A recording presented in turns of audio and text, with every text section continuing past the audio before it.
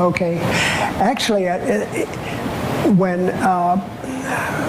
your professor asked me to give any sort of presentation here on digital history, I thought it was, I guess my first thought was, digital and history are two words that, given my background in history, that don't readily spring to mind, because history has always seemed to me to be something that deals with resources that are constant and unchanging, hard copy basically. And digital, well, sort of ephemeral. It's here today, gone tomorrow. And anybody who's inadvertently erased a file that they can't recover knows exactly what I'm talking about. I guess I've been around long enough so that I've seen the developments, though, where that actually is far less the case. We were talking this morning about what do you do with materials after you've created them digitally? Where are they going to live? And it used to be that if you were going to do anything that created files more than a couple of kilobytes, actually, you had some real problems. Today, when I fired up my computer, I have it hooked up to an external hard drive unit, and it has 12 terabytes of storage.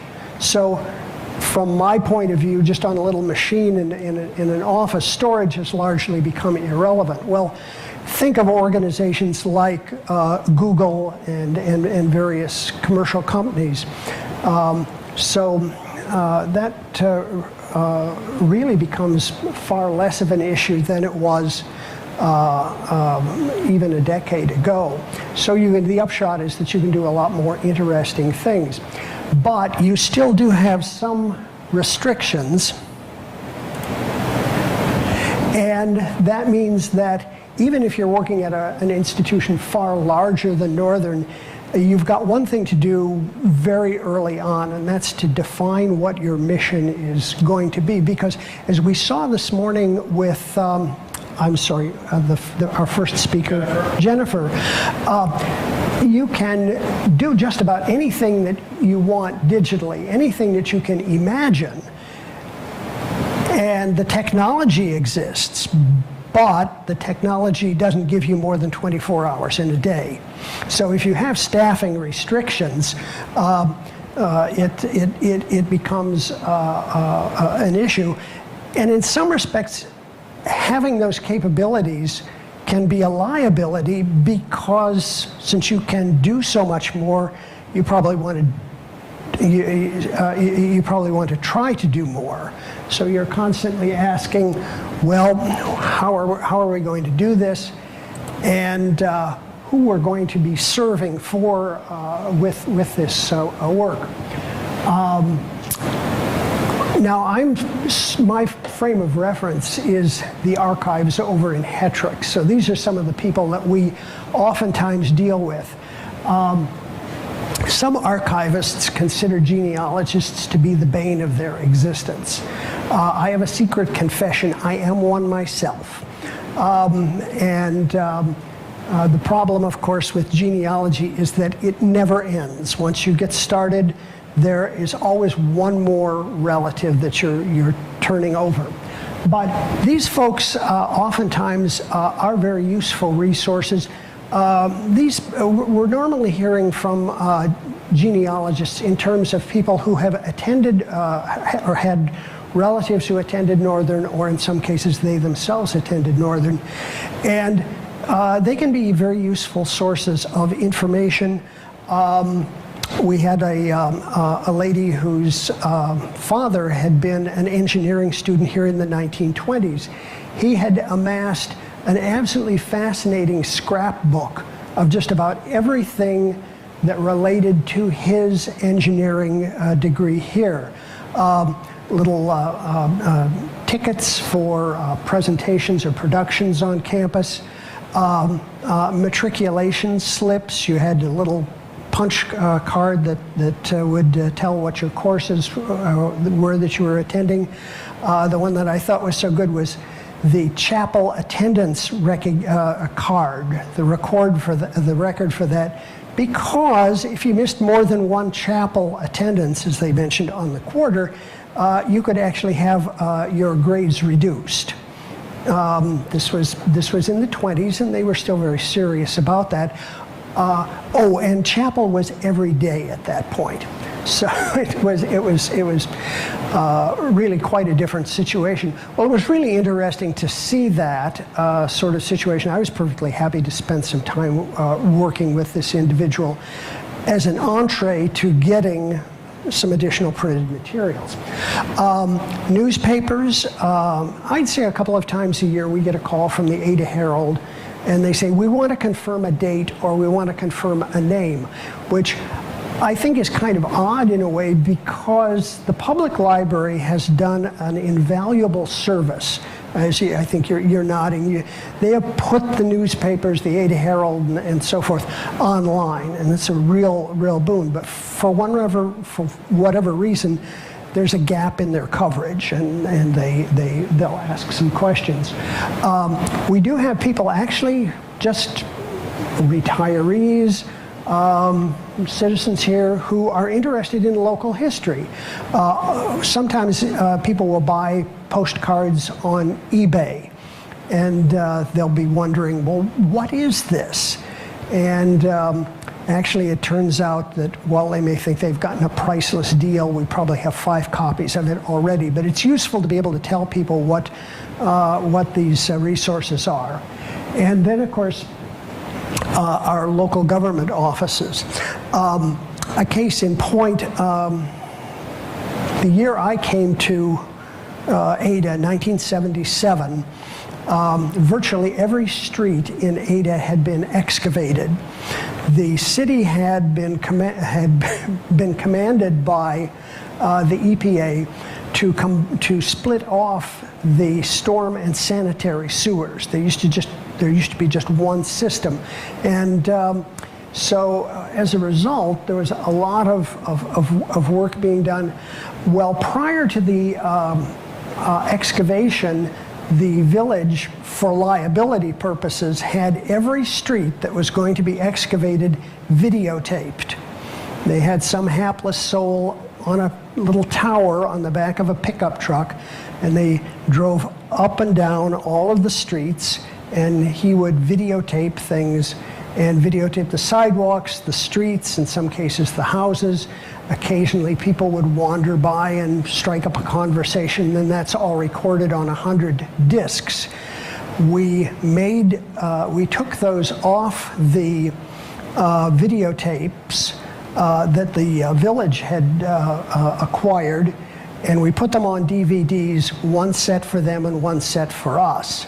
So it's a nice service for them, but it also means that we have a resource which can be very, very helpful, and might very well feature in some student productions if they're dealing with local history. So those would be some of the organizations with the general public. It's less likely that we would hear that we deal with the scholarly community. But there are occasions when people will be writing books or articles, and they'll want to check on some material. One of our famous alumni, a fellow Frank Bartlett Willis, who is governor of Ohio and U.S. Senator, we have some material on him, and we had somebody who was interested in pictures of his home here in Ada when he was a faculty member. So we were able to provide that sort of material. And then, of course, there are institutional clients, and these probably, for us, make up the bulk of the people that we work with. The alumni office either will have questions of their own, or alums will contact them or us about historical material. A fair amount of material for the registrar's office. The very earliest records from 1871 to 1909 exist in a series of giant grade ledger books, and an index was prepared of those, and they were microfilmed. They have the originals over in the safe at the registrar's office. but we have the microfilm. And somebody had made a slighting comment about microfilm, which I think is totally uncalled for. I think as an information storage format, if you accept that it has certain specific limitations, it is a very usable tool. And in the case of these early grade ledgers, we have those. What makes it a little challenging to use was they were in the safe in 1913, November 1913, when Hill Building burned down. And this was one of these huge walk-in safes, which made a quick trip to the basement when the floor burned through. And it took about, I understand, 2 weeks for the ruins to cool off enough for that to be hoisted out. Well, amazingly, or maybe not, because it probably was built like a fort, the ledgers were in remarkably good condition, except, of course, around the edges where they got a little toasty. But the registrar's material is very useful. Then from 1913 to maybe 1935, we have actual grade sheets. And then after 35, their records pick up. So there are times when we can be a useful backstop to them. And then, of course, we also have individual students, sometimes for classes like this, or faculty members who are looking for information about their departments. Well, then, of course, you have to ask yourself the awful question, what sort of resources are available? And this is a reality check. You can come up with any number of products, if you would, but if they are using, let's say, fairly exotic file types, material that may not be around in a few years, you may be able to conceive what you want to do. You may actually be able to do it, but then the question is, ultimately, will you be able to maintain that in a usable file format? And that's, it's just a very depressing thing to think about sometimes, but you can't always do everything that you'd like. Funding is always a big issue. And this is certainly true if, let's say, you're working with a local historical society, the Hardin County Genealogical Society. You have to rely a lot on volunteers, and you don't really have a lot of money. So you have to do what is, or frame your decisions on the basis of what's going to actually be feasible. And, of course, equipment and space. The archives that we have up on the 3rd floor, when we redid the building in 2000, looked so huge. It was twice as big as what we had before. And now I wish it was at least twice as big as what we have now. So we're going to have to make some decisions as to what gets digitized, what actually gets microfilmed, or what may get discarded. But those are always the constraints that you have to think about. So in other words, pretty straightforward. You need to fit whatever program or product you're doing to the available resources. Simplicity is a pretty good thing.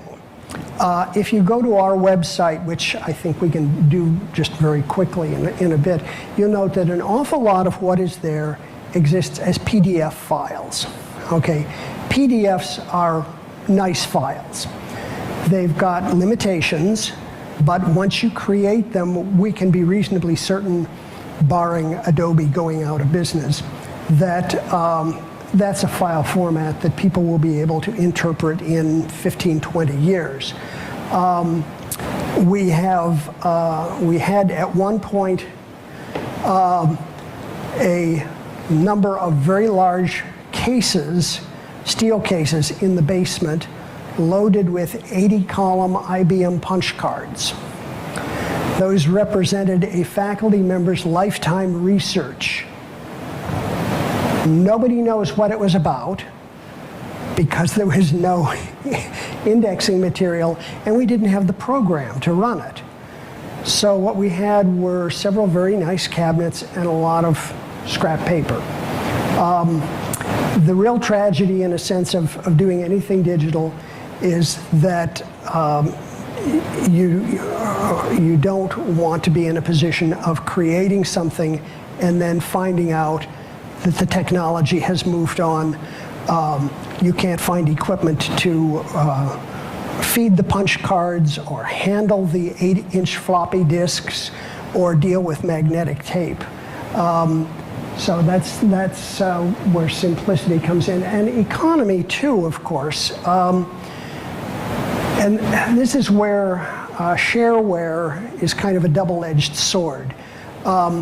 It's really great to be able to find things online gratis that will do what you want, but then the question becomes, who has the commitment to maintaining that software over time?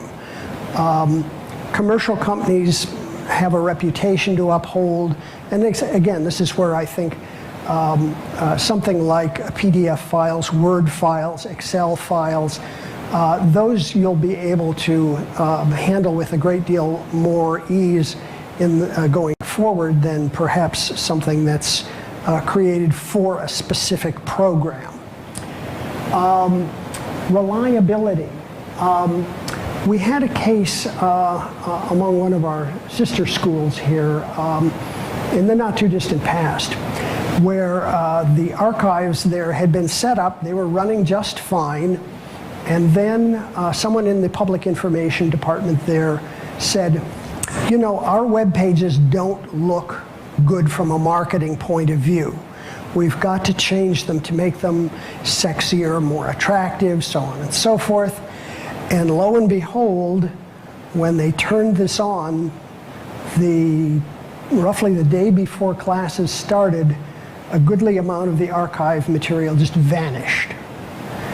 Okay, they had nice pages, but a lot of other people, and in other departments, their work had gone. For good reasons, perhaps, but you never want to be in a position, if you can help it, of being a slave to basically extraneous decisions like that. So this is one of the reasons why it gets to the last question of outsourcing. If you can work with a program where you're working with a company off campus where they do the storage and they do the software and they do the updates to the software, and your response is ingesting data or feeding data into this system, it certainly is something to think about. Now, you pay a premium for that. People aren't going to do that for nothing. But what you need to ask yourself is it worth not having the risk of losing material for inadvertently power shortages or power outages, whatever.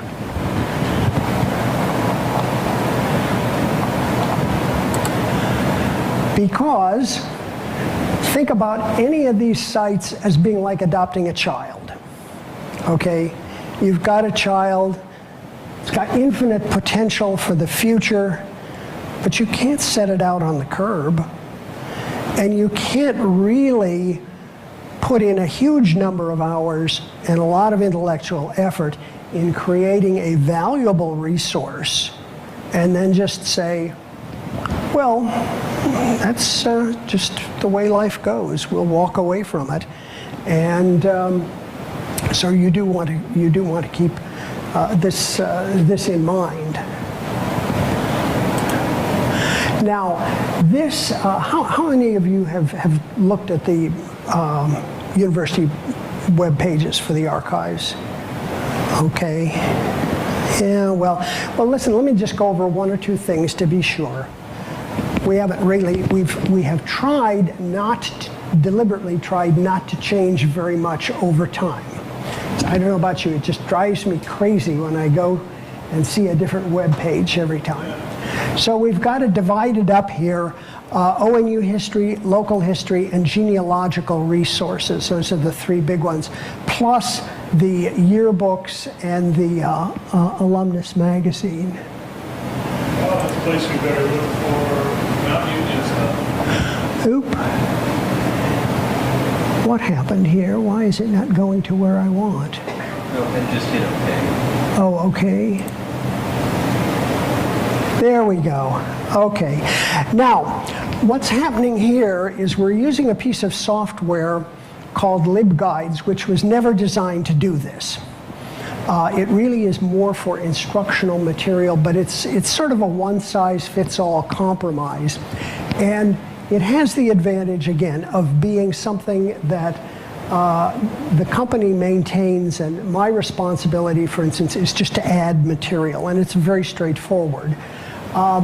It is somewhat limited, frankly, but within its limitations, it's pretty acceptable. And so Amazing how the kids look like the parent on the side. they all look like their teeth hurt. And probably, given the state of dentistry at the time, they probably did. So if we go to ONU history, okay, and you'll note basically just a menu of PDFs. Again, not thrilling, not sexy, they will be there. That's what. Remarks by Professor John E. Lomax. Where are we here? Is that? Statue dedication. Well, let's take a look at what Dr. Lomax had to say. We got another one there too. Yeah. So, for what it is, that's really what you want. And of course, you can print them off, save them, cut and paste. That looks pretty short for Lomax.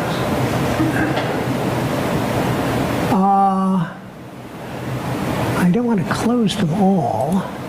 Yeah, I think close them all. Oh, I can? Yeah. In this case, it's just close all the. Okay. Oh, okay. I have to caution you. I've got my reading glasses on, and they do not work all that well. Okay, there we go.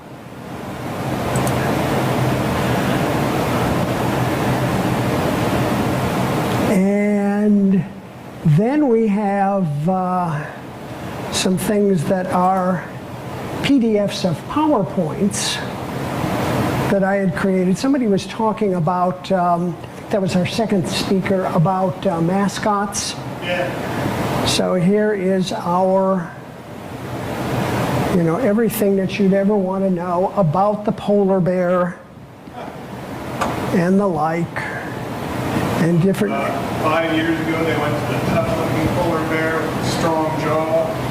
A little more than that, but yeah, that's one of the iterations that they went through. Away from that already.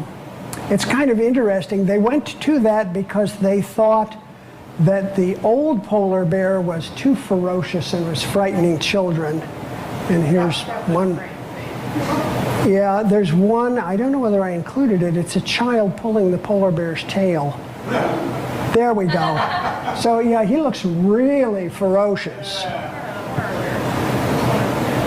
And then this is the frustrated bear. And there's the 1980s bear, which was really unfortunate. He looked like he was always about. Like a British, I was going to say, he looked a bit like he was 3 sheets to the wind to me. And there's sort of a, well, maybe we'll try something a little more ferocious, so we'll do that. And then this was the one which, was known at the time among some of our sports boosters as the gay bear. They didn't like the gay bear, and that was eventually what led to, although he keeps cropping up, I notice every so often. Okay. Well, now there's the bangs. And and then this is the one that I like. This is the one I call the big-eyed bear. He was around for a few years, but not very long. And then we got this one.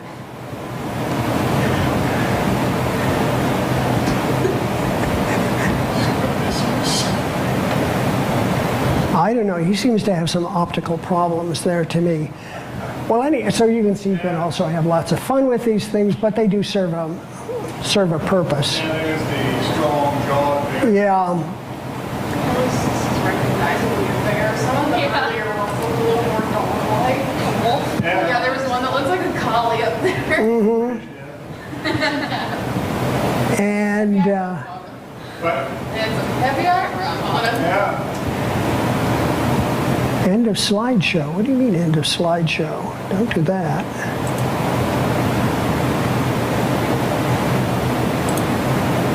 No. It doesn't seem to. Huh. What did I? Try going back to the web page. What? oh, the archives homepage. The archives. Now, forward again to look that much, and then hit go. Oh, I see, of course. There we go. Then we have local history. And some of these things are reprints of, oh yeah, I mentioned the videotapes. Okay, so this really isn't all that helpful, except if you were interested in looking at one of these, this would give you some guidance as to where to find these things.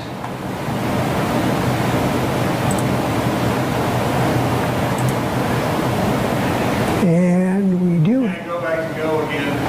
yes, okay. Something wrong, I don't know why it, I guess, maybe we should hit backspace, or back page instead of close all tab. Well, anyhow, Maybe we should just drop a magnet at the end. oh yeah, and then there were a few interesting ones. Some of these are ones that I had done up myself just out of self-preservation because they answer repetitive questions. And it's a lot easier just to have something queued up that you can shoot somebody to, and I imagine this is true of a lot of places.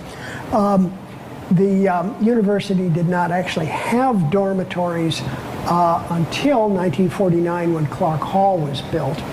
And that's kind of a shame because that's, in a sense, that's going to be torn down, I understand, possibly next year. So there, it will be vanishing. It's the one by the library, right across from The one where the monsters stuff? Next I- to the yeah. horticultural house. Oh yeah, they have like a makeshift office set up on the first floor. Yeah, I think so.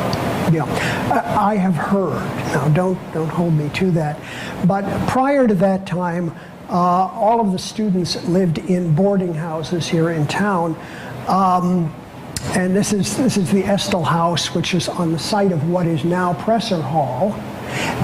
Interesting thing about this, you'll note that there's a mixture of male and female students. Okay, this is the 1890s. Oh my goodness, isn't this terribly immoral to have these people living together?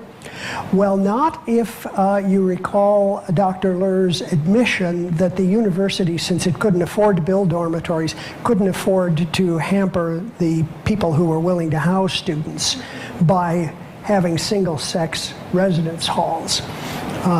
So they just basically said, it's not a problem. Okay, we won't worry about it. And probably wasn't with resident landladies. It was interesting, though, it was in 1912, I believe, under the Methodists, under President Smith, that they decided that, immorality is running rampant in the residence, in the boarding houses. And There's an interesting historical problem or question. When do people start smiling in pictures? well, it's probably tied to the improvements in dentistry, I would think. Yeah, you're probably right there. And of course, since you didn't have residence halls, you didn't have cafeterias, so you patronized the local restaurants. And this was a place that was right across from campus, the University Inn, or downtown, the home of good eats. What building is that? That would be one of the stores downtown. I don't know which one. It kind of looks like a thrift store. But I was going to say that, but the, Antique store, whatever it is. but there is a way to find out, which I probably should have done. The public library has a collection of very early phone directories, and if you look up City Restaurant, it would give you the number. The census maybe have your information on that Probably not. You might be able to get the Sanborn fire insurance maps would be a place to look if you had an approximate place. But here we have, this is kind of interesting. Brown Hall, which no longer exists, it was on the front lawn right in front of Hill, had the cafeteria in the basement and the library in the upper floor. And it used to be that we said, oh, you can't bring food in the library. Okay, so here is a case of where, you didn't have a choice. You're going to have a library and you're going to have a cafeteria in the basement, and that was it. So you've got all of these, there we are. All of these fun things. And then, of course, the university finally decided, well, we have to do something for the co-eds, the female students, so they started buying up houses.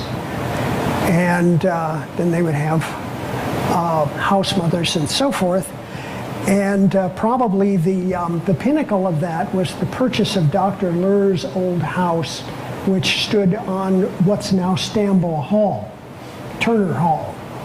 And you can see it was built in 1882, I think. And it was really unusual because, as they said, it had electric illuminating globes, lights, and also speaking tubes. And it was quite deluxe for the time. I assume some of this was taken out when it was converted into a women's dorm, but it did have one small drawback. It was combustible. And this is probably, this was in 1949, this is probably what pushed the university into building and opening Clark Hall in 1949. We don't want the paying customers cremated. And so they got those. Then, of course, we had, after the Second World War, all sorts of house trailers scattered around in different villages on campus. There's the back of Duke's. We're right next to Presser. And there's one behind Taft. This is kind of an interesting shot when you realize, this is in winter, there were no bathing or sanitary facilities in these. So you'd go into Taft in the middle of the night, in winter. Now they did have, and here's some more shots. It was an area, it was a little marshy out there, so they gave them these wooden duck boards to walk on. And here's a, Irritated spouse. She's gone down in history as the irritated spouse. the expression should have a caption like, why don't you do something to help me? As opposed to, why are you taking a picture of me? But see, they had that little electric hot plates and a tiny sink there. But the rents were, I think it was like $50 a month. And, it's fascinating. If you do the math, the GI Bill, the total amount was fairly modest. It was, I think, 200 and something. But you figured out what it cost to live here, and you actually would have a little bit of money left over. So if you might have an after class job, or your spouse might when she gets finished doing the dishes, And of course, a lot of the people were older and they were married. There we go. But sometimes things didn't work out quite as you would like. And these are the classics. January 1959, and they're rescuing people on a tractor.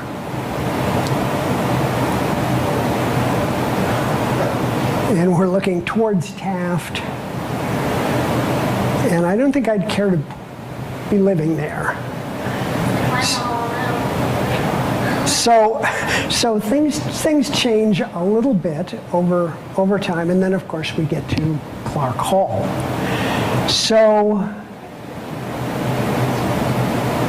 it's as I say though, it is nice on occasion to have these things queued up and ready to go, and then of course there are the things which are a little less interesting, the genealogical resources. The university catalogs are there from 1871 to present, and the yearbooks, of course, student law directories, and so forth. So if somebody is looking for material, they can find it themselves, and if they just contact me and say, "What can you tell me?" then you learn very quickly. It's prudent to do the work for the person as opposed to telling them to do it themselves. Okay. Although Ancestry Library Edition, Path to Stars and Stripes. That is, let me see, did I put that on here? We've got Find a Grave, Family Research. Oh, here we go, the library addition to Ancestry.com. So you can look up stuff here with this is the public library also has a link to this as well. This is Ancestry Lite, so it does have some limitations, particularly if you're dealing with foreign individuals. I had a number of years ago when I started working on my brother-in-law's side of the family, since most of them are from Russia and Central Europe, ended up having to spring for the Jumbo Deluxe version. But this is perfectly reasonable for people to get started, and also for just local history if you were researching someone. Are you folks familiar with findagrave.com? Okay. Findagrave.com. In local history talk about it. Just a moment.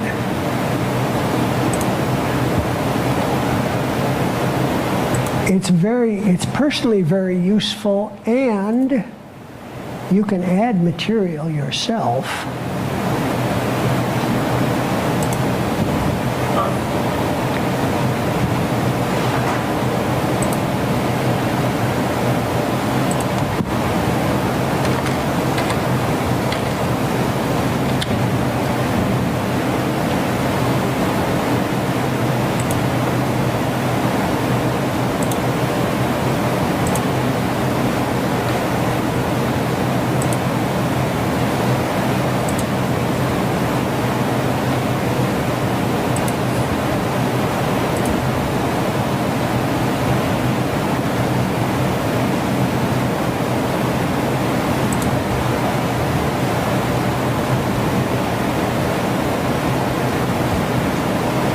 And there you go. But you'll note underneath it says added by, and there's no charge. You can join and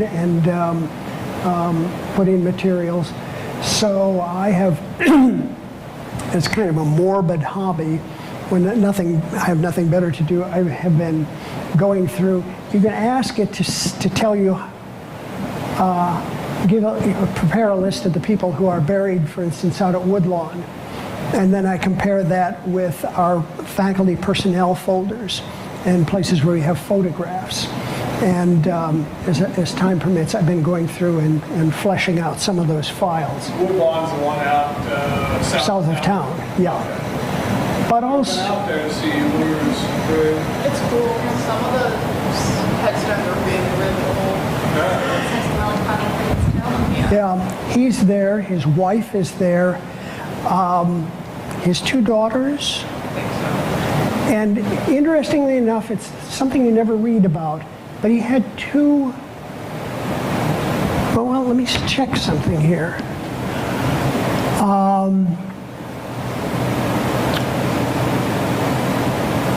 think he had, well, Willie and Eddie were twins. Oh yeah, he had 2 sets of twin boys.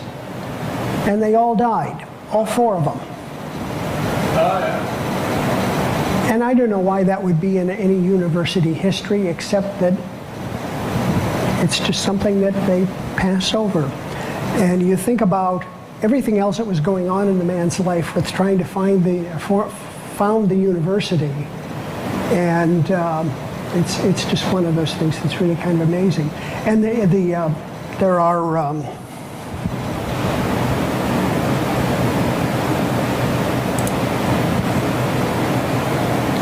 Harvey and Harry yeah. have been just as well as did Well, if you look at Eddie and Billy,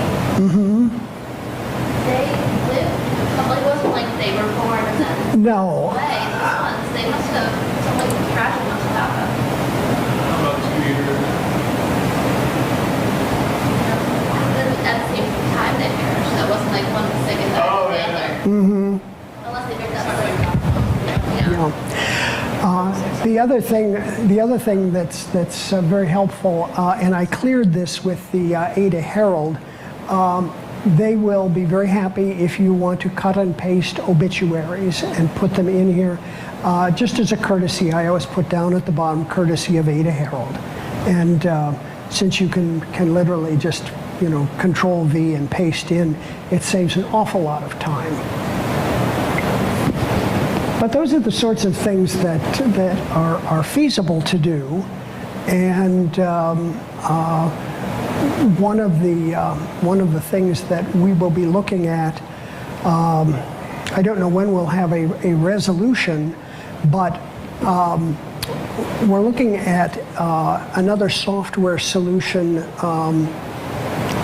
to replace the LibGuide software that may be a little more flexible. We know it's going to be more expensive, unfortunately, but it does have the advantage of allowing you to create a very nice institutional repository of materials, so that things that you might create for any of your history classes or elsewhere can be showcased, and they can be cataloged so that they would be accessible through the library catalog, through our web page, or through Google.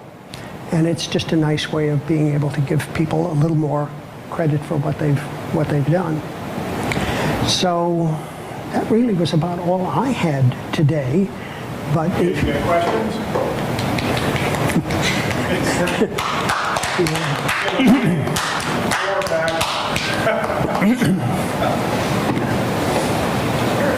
okay. Questions? Take one of these. Do you know what happened to? He asked for questions, Eddie and Willie. I'm sorry, do I know? Do you know what happened to Eddie and Willie at